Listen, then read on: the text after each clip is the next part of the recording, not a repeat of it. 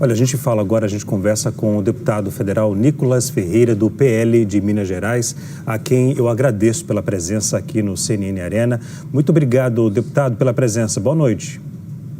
Boa noite, Leandro. Boa noite a todos os telespectadores aí da CNN. Deputado, o senhor publicou um vídeo esta semana que viralizou, né? Eu recebi o vídeo em vários momentos, né? E ouvi críticas por parte do governo em relação ao seu vídeo. Como é que o senhor explica essa crítica aí? Como é que o senhor recebeu as críticas do governo federal e depois a decisão de revogar a medida? Pelo visto, o governo do PT tem muita dificuldade em lidar com a verdade. Afinal de contas, eu inclusive no vídeo falo que o PIX não será taxado, mas não duvido que possa ser, e mostrei um histórico disso, como por exemplo a promessa da picanha, que até hoje não veio, como por exemplo a promessa de não taxar as compras da China, e estão sendo taxadas, e também a promessa da isenção de imposto de renda também não veio. Ou seja, há um histórico do PT de fato de enganar as pessoas. O vídeo ultrapassou 220 milhões de visualizações. Isso é muito mais do que um número, Leandro. Isso é uma demonstração fática de que as pessoas estão indignadas com um Estado que só toma dinheiro e não devolve isso para a população em formato de segurança, de saúde, de educação. Pelo contrário, tem aumentado os gastos da presidência, batido recorde, tem feito festas com dinheiro público, como a Janja fez, e principalmente sendo irresponsável com o dinheiro do contribuinte. E por isso que viralizou, porque é verdadeiro. Agora, deputado, autoridades falam que devem abrir um inquérito para poder investigar parlamentares que divulgaram fake news. As autoridades não citam os nomes dos parlamentares. O senhor acredita que pode ser investigado? Eu estou sendo investigado porque eu chamei o Lula de ladrão. Ou seja, inquérito por inquérito, abrir mais um para mim é entrar na fila. Afinal de contas, se você é honesto aqui nesse país, a chance de você ser perseguido é gigantesca. Agora, saudades, né, de quando o Ministério Público Federal, de quando a PGE, de quando o STF se preocupava em investigar a facção criminosa, se preocupava realmente em olhar a corrupção que acontece dentro da política, as malas de dinheiro que foram encontradas, por exemplo, com o Guedel. Saudade de quando, de fato, os criminosos eram os criminosos e não quem faz um vídeo com um fundo preto sem gastar um centavo de dinheiro público e simplesmente tendo ainda que combater ainda mentiras e ataques por boa parte de uma imprensa que é comprada por esse governo.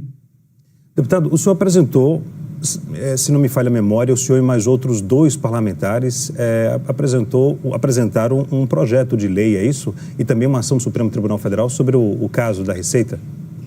Nós estamos elaborando uma ação de controle de constitucionalidade juntamente ao PL Nacional. É uma peça elaborada, mas, visto a revogação, de fato, não perde-se o mérito, né, nesse sentido. Tínhamos também outras PECs, inclusive uma outra PEC, né, que abrange também a questão do Drex, que há um intuito, sim, pelo que a gente está vendo, de algumas pessoas já acabarem, né, com o papel moeda físico, e a gente sabe que isso daí é mais um controle mesmo do Estado, só que todas as ações que iríamos fazer judicial não vai ser necessário mais ser feito, porque de fato agora o PIX, digamos assim, voltou. Você aí, trabalhador informal, entregador de iFood, pedreiro, manicure, trabalhador informal, não mais terá, né, a lupa do governo em cima dos seus gastos. Agora, deputado, o que o senhor acha que aconteceu? Porque houve uma falha, alguns dizem, de comunicação do governo. O próprio governo fala que não, que a oposição que disseminou fake news nas redes sociais, e isso fez com que a população não entendesse o que estava acontecendo.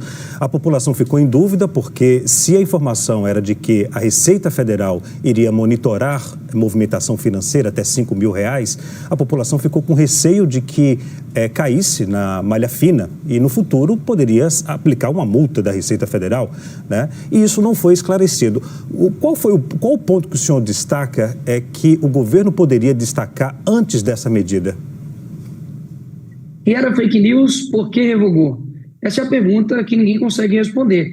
Afinal de contas, é impressionante, né? Eles comunicam algo, a gente recebe essa notícia, mostra a verdade, e eles simplesmente dizem que não, vocês são incapazes de entender.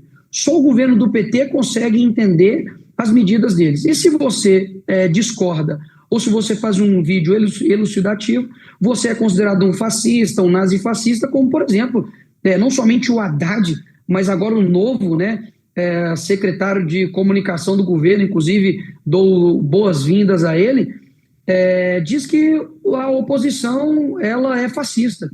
E todo aquele, né, que inclusive está a favor disso ou divulga essas informações também é. Ou seja, se você discorda de mim, você se torna um inimigo. Eu sou o contrário. Eu acredito que a gente precisa concordar e discordar.